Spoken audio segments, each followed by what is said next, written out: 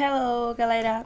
Hoje eu estou aqui junto com Jamile, que virá logo após mim, para falarmos um pouco da sociologia para Durkheim.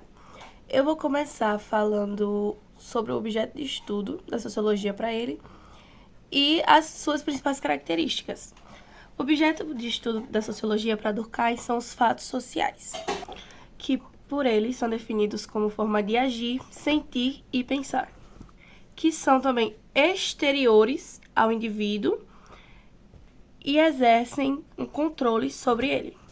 Suas principais características, segundo Durkheim, é a exterioridade, a coerção e a generalidade.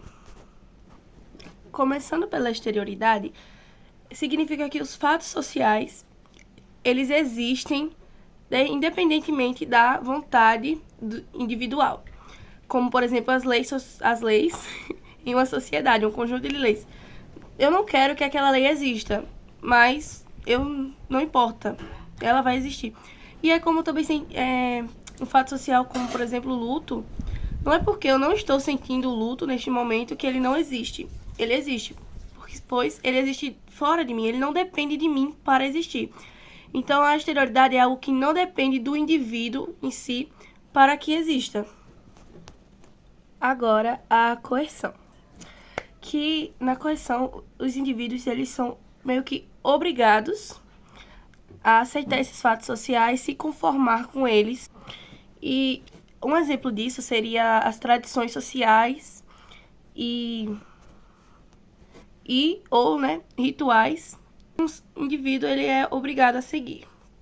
A coerção é isso, é o poder de obrigar o indivíduo a fazer alguma coisa, como por exemplo o poder que a escola tem sobre nós de só nos permitir entrar, participar do ambiente escolar fardados. A generalidade é onde os fatos eles se manifestam de forma coletiva.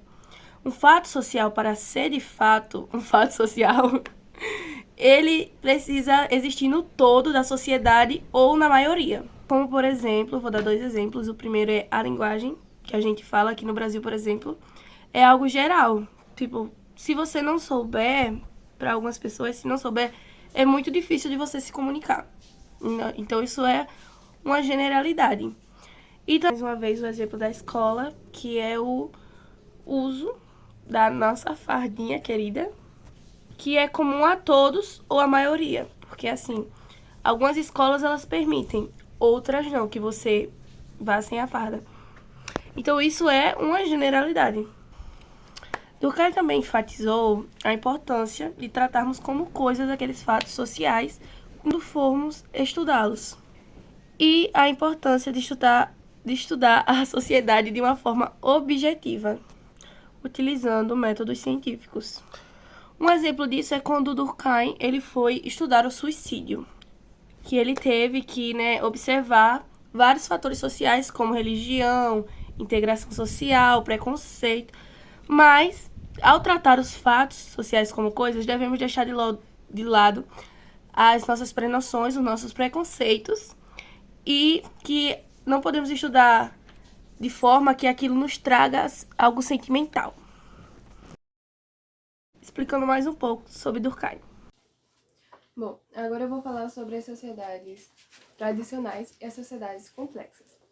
Bom, Durkheim notou que antes da industrialização, que foi o processo de divisão do trabalho, existiam muitas sociedades tradicionais, que são também chamadas de sociedades simples. E logo após a industrialização, logo após o processo de divisão do trabalho, o que acontece? Essas sociedades tradicionais acabaram sendo substituídas pelas sociedades modernas, que são também chamadas de sociedades complexas. E eu agora vou falar um pouquinho sobre cada uma delas. Bom, as sociedades tradicionais, elas tinham um grau de diferenciação muito baixo, porque além de viverem sempre em agrupamentos, elas eram muito parecidas, muito similares entre si, tanto na forma de se vestir como na forma de se portar. E assim, por conta desse motivo, elas sempre eram muito coesas, ou seja, muito unidas. E pelo fato das pessoas serem muito parecidas, essa coesão, essa união, vai acabar se tornando automática, ou seja, daí surge a solidariedade mecânica, que é basicamente isso que eu falei, né? A união acaba se tornando automática.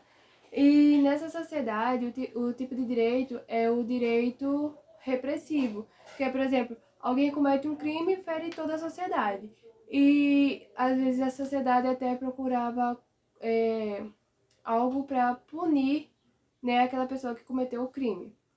Já as sociedades complexas, né, são, digamos assim, o contrário das sociedades tradicionais. Já nas sociedades modernas, o grau de diferenciação social já era enorme, já era grande, não eram tão unidas. Então, com o aumento da divisão do trabalho, o que acontece? Então, surgiria ali, né, uma nova solidariedade que seria a orgânica. E a liga entre os indivíduos se daria pela diferença e a independência. Então, essa liga, né, seria, no caso, a coesão, a união entre eles. E para Durkheim, essa liga, né, essa nova liga, digamos assim, viria juntamente com a divisão do trabalho. E essa sociedade também acabou passando por um processo de anomia, que era a ausência de normas. Já o tipo de direito dessa sociedade era o direito restitutivo, que era assim, alguém cometia um crime, a sociedade queria que ele pagasse pelo que ele fez, mas também que ele venha restituir, né, o dano causado.